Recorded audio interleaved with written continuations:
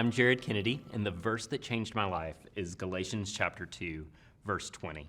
And this is what it says: I have been crucified with Christ. It is no longer I who live, but Christ who lives in me. And the life I now live in the flesh, I live by faith in the Son of God, who loved me and gave himself for me. I had one of those days in high school that was just totally dejecting. I was on the outs with friends. I'd made a bad grade on a test, and I remember sitting in my dad's red pickup truck behind the high school, where my dad sat comforting me.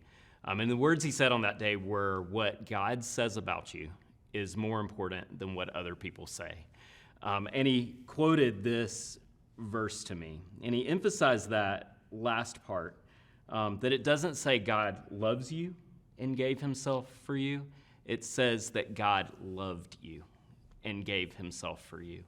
And he reminded me of the reality that my identity is rooted, not in some ongoing feeling of God's love for me, but in the fact that Jesus Christ died on the cross for my sins.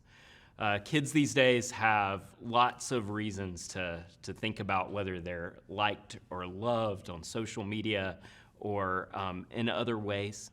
But the truth is, better than social media likes is the historic fact that Jesus showed his love by dying and giving his life for us.